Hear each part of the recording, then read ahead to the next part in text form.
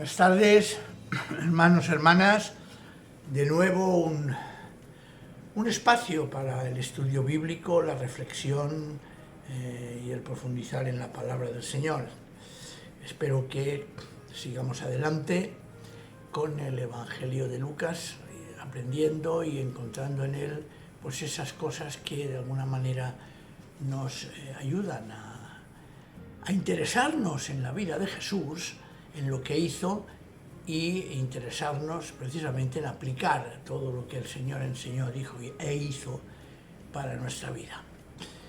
Vimos como en Lucas 9, que es el que estamos tratando, del versículo 1 a 6, vimos la primera parte de esta narración en que el Señor Jesús envía a los discípulos y les encarga, les da poder y autoridad para precisamente expulsar toda clase de demonios, que eso lo tratamos el sábado pasado, y autoridad y poder también para curar enfermedades.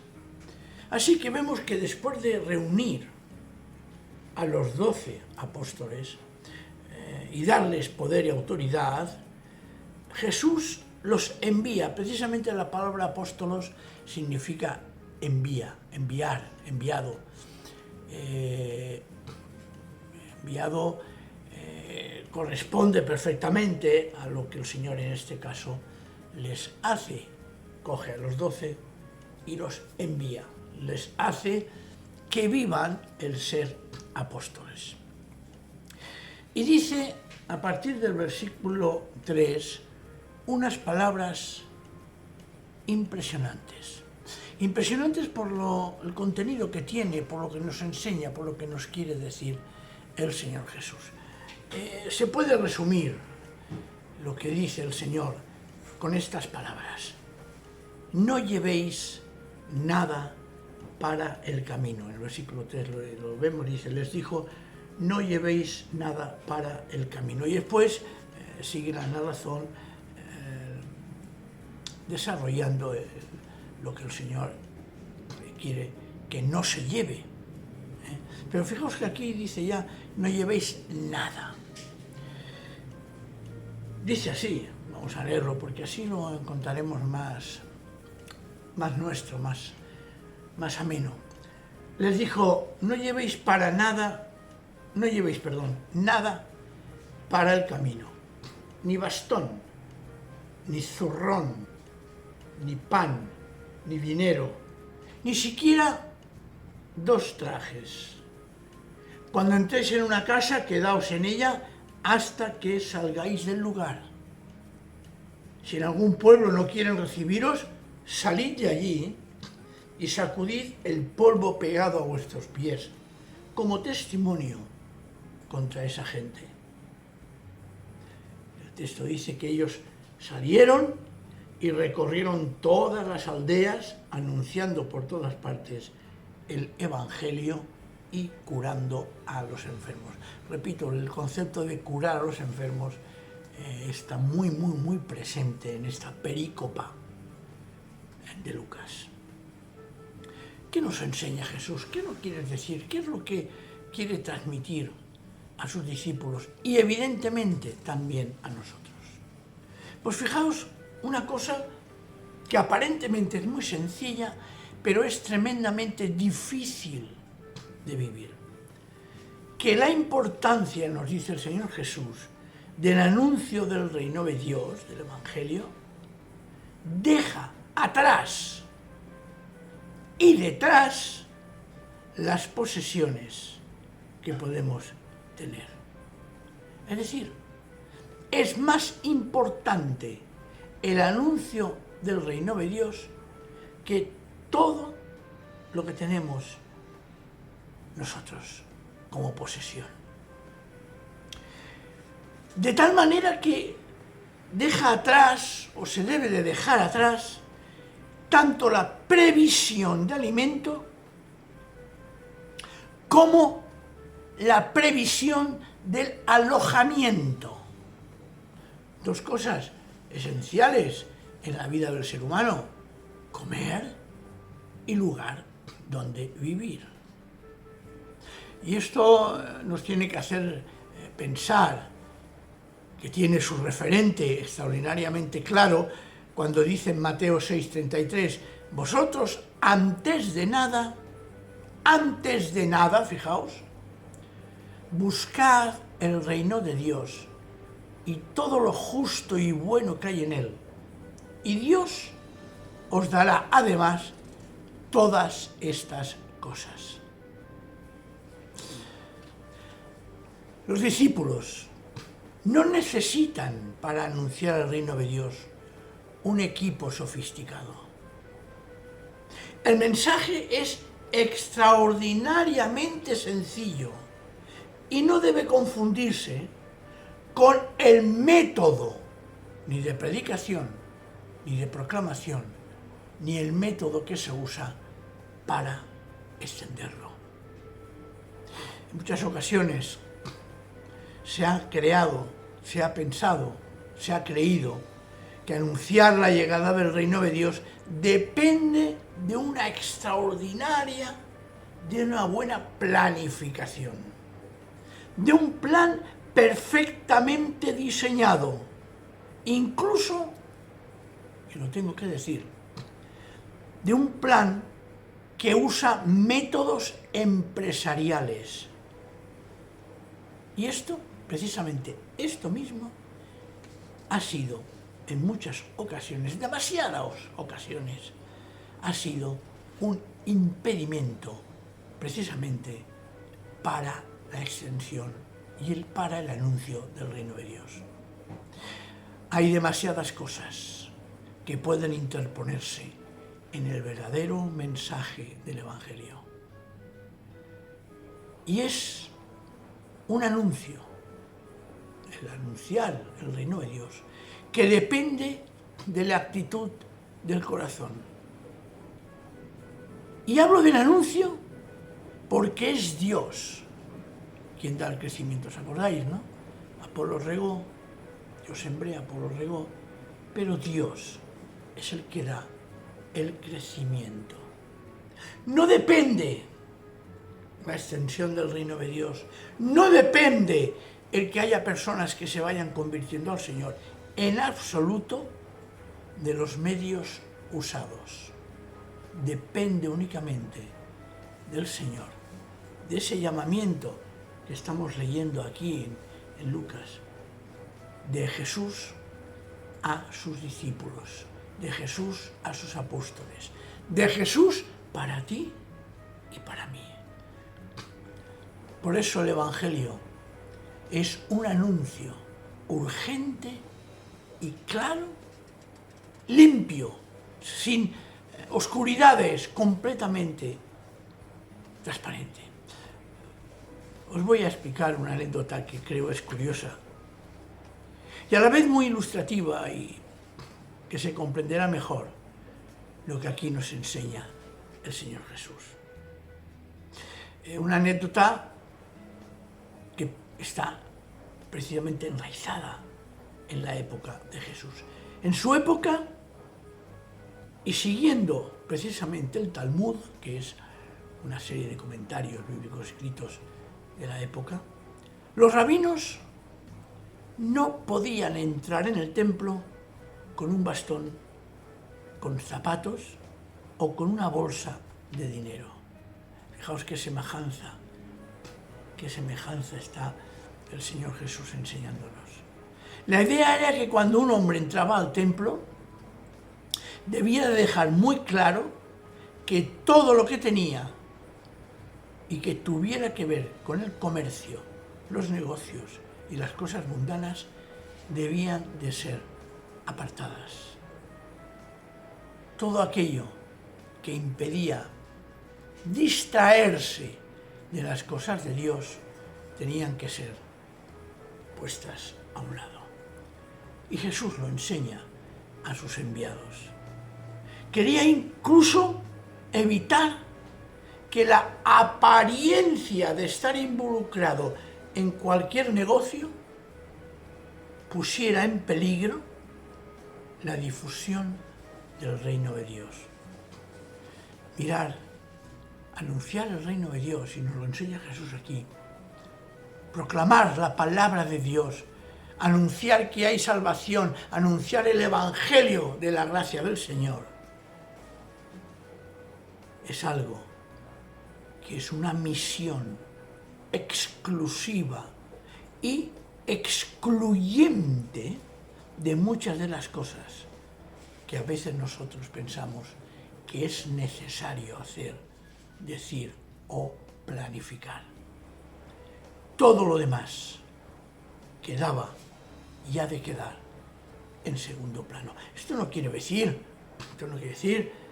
que, por ejemplo, tengamos una provisión de textos bíblicos, de evangelios, de porciones, de que lo tengamos, etc. No, lo que está diciendo es basar la proclamación del reino de Dios precisamente en métodos humanos y en sistemas humanos. Los discípulos eran enviados a una misión, y permitirme, era una misión santa. Predicar el evangelio y la curación de enfermedades. No se podía dar la impresión que había otro motivo detrás de la proclamación del reino de Dios. El versículo 3 lo vuelve a decir. Les dijo, el versículo 3, les dijo, no llevéis nada para el camino, ni bastón, ni zurrón, ni pan, ni dinero, ni siquiera 2 trajes. Es un despojarse de todo aquello que pudiera ser motivo de escándalo. Pero el mensaje va más allá de lo físico. Porque viajando con poca carga o una carga muy ligera, hace que realmente nuestra dependencia de Dios se vea, se manifieste. A veces es necesario demostrar que dependemos de Dios, y una de las formas que tenemos de demostrar que se predica el evangelio, que se predica la extensión del reino de Dios, es precisamente deshaciéndonos de todo aquello que pueda significar apoyarnos en las cosas del mundo. Y esa es una actitud extraordinariamente importante que Jesús quiere inculcar, que Jesús quiere enseñarnos, que Jesús quiere que quede grabado en nuestros corazones. Si no se lleva mucho, o prácticamente nada, necesariamente se tenía que confiar en Dios para todo. Si el predicador mismo, que ha de anunciar el reino de Dios, no confía en Dios, y lo demuestra, ¿cómo puede decirle a los otros que confíen? ¿Cómo puede decir a los demás que crean en el Señor? Por otro lado, y nos dice, por ejemplo, ni bastón ni zurrón. El Señor les dice que no han de llevar, por ejemplo, bastón y zurrón. ¿Por qué lo dice? Porque, sinceramente, en aquella época, frecuentemente los filósofos que existían esa costumbre, iban por los pueblos enseñando sus teorías y pensamientos, e iban con zurrón y con bastón. Y también, como es normal, los mendigos religiosos llevaban zurrón para mendigar. Pues ni eso, dice el Señor Jesús, que debían de llevar. Su trabajo, el trabajo que el Señor les encomienda a los 12 y a los discípulos, ¿cómo no? No era cambiar las mentes de las personas. También esto hay que tenerlo en cuenta.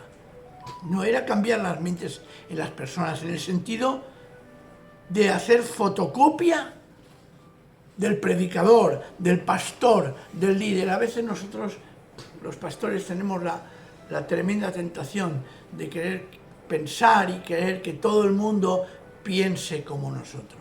Y lo he dicho más de una vez, no es, al menos mía, la intención de que penséis como yo. Pero sí que quiero que penséis, porque eso es lo esencial, porque eso es lo que debemos hacer en esta vida. Y esto no lo podemos perder de vista. Pensar, reflexionar, escudriñar las Escrituras por vosotros mismos.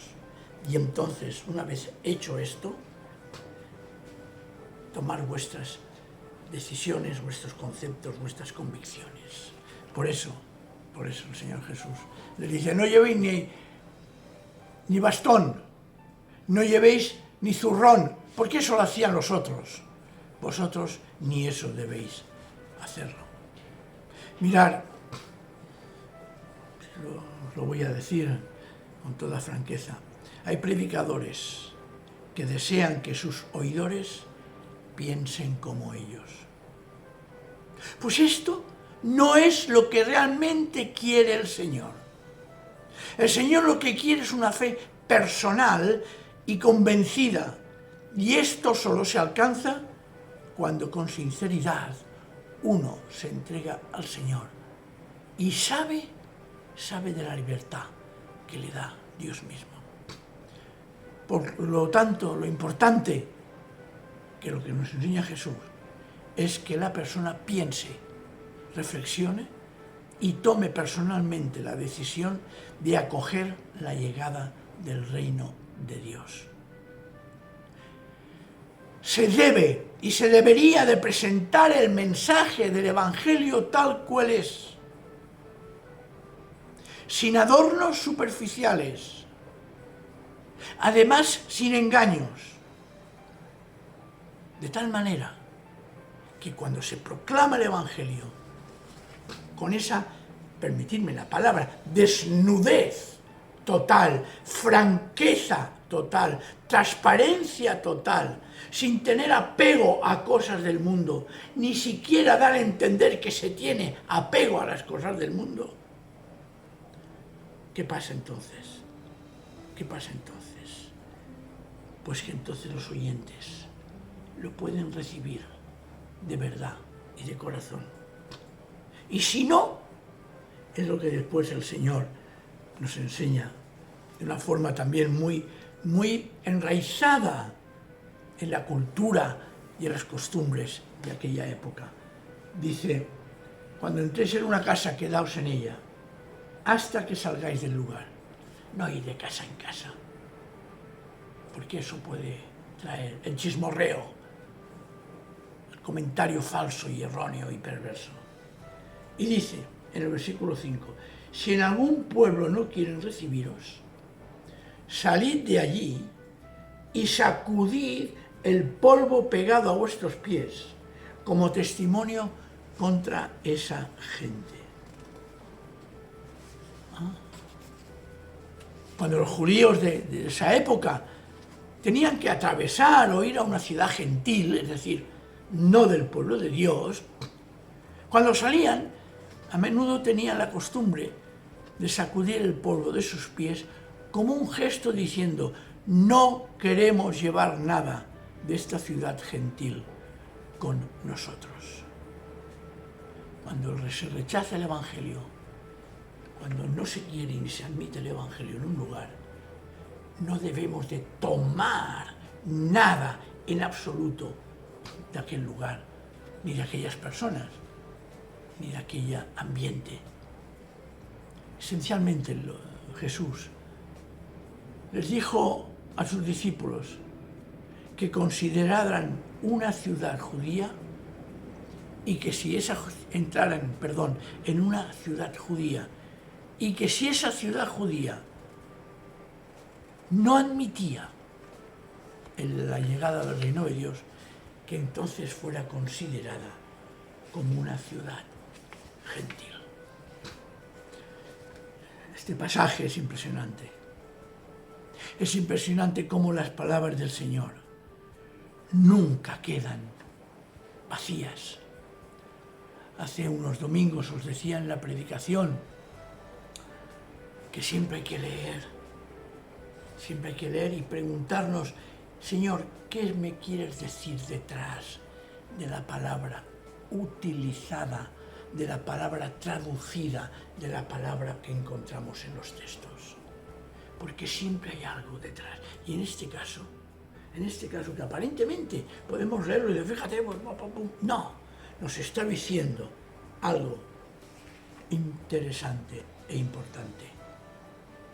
¿Cómo ser capaces de anunciar el reino de Dios y no escandalizar a nadie? No ser tropiezo para nadie. ¿Que eso implica sacrificio? Claro, ¿cómo no? ¿Que eso implica renunciar incluso a cosas que aparentemente son legítimas? Pues sí, también. ¿Os acordáis que Pablo dice en varias ocasiones que el obrero es digno de su salario? Claro. Y eso es verdad, el obrero es digno de su salario. Pero también Pablo en otra ocasión se vanagloria, en buen sentido de la palabra, de que no ha sido carga para nadie. Porque él mismo dice, gratis lo he recibido y gratis tengo que darlo. Nosotros hemos recibido gratis el Evangelio, hemos recibido gratis el reino de Dios. Hemos sido acogidos y acogemos el reino de Dios como un ofrecimiento gratuito de Dios. Y nosotros debemos de trasladarlo, de transmitirlo, de proclamarlo, además con la característica de que no haya nada que sea impedimento para su extensión. Por eso, las palabras del Señor nunca quedan como anécdotas y siempre tienen sentido, porque sus palabras se encarnan en la vida misma. Se encarnó en la vida misma de aquel momento y se tienen que encarnar en nuestra propia vida en el momento actual. Y el texto sigue, en el versículo 6. Ellos salieron y recorrieron todas las aldeas, obedecen al mandato del Señor, del Maestro. ¿Y cómo lo hacen? Anunciando por todas partes el Evangelio. Y vuelve a subrayar el texto. Y curando enfermo. Ellos hicieron lo que Jesús les encomendó. Salieron anunciando por todas partes el Evangelio. Pero es que ese anuncio del Evangelio iba acompañado de una realidad. Iban sanando, iban liberando, iban quitando toda esclavitud a las personas que estaban esclavas y eran esclavas de sí mismos, de sus propios pecados, de sus propias frustraciones, de sus propios límites. Por eso, ellos obedecieron. ¿Y qué sucedió? Y ahora me voy a trasladar al versículo 10, porque aquí hay un salto del texto. Ya hablaremos del desconcierto de Herodes, pero este pasaje, el versículo 6, empalma perfectamente en el versículo 10. Dice, cuando volvieron los apóstoles, contaron a Jesús todo lo que habían hecho. ¿Y qué hace Jesús? Jesús se los llevó aparte, a un pueblo llamado Betsaida. Los separó, como diciendo, vamos a descansar, vamos a reflexionar, vamos a comentar todo lo que habéis vivido. Pero la gente se dio cuenta y los siguió. Jesús los acogió a todos, les habló del reino de Dios y curó a los enfermos. Jesús hizo lo mismo que había encomendado y había pedido que hicieran los discípulos, porque Él es el primero, Él es el ejemplo a seguir. Él es el ejemplo único que cuando manda algo, cuando pide algo, cuando nos encomienda algo, es el primero en ponerse delante y hacerlo. Es curioso como esta frase se corresponde perfectamente al versículo 6. Jesús los acogió, les habló del reino de Dios a la gente que los había visto y que iban y lo estaban siguiendo, y curó a los enfermos. Que esta reflexión de esta noche, que esta reflexión nos enseñe precisamente a vivir el Evangelio como el Señor nos lo enseñó. Que el Señor nos bendiga, hermanos y hermanas. Amén.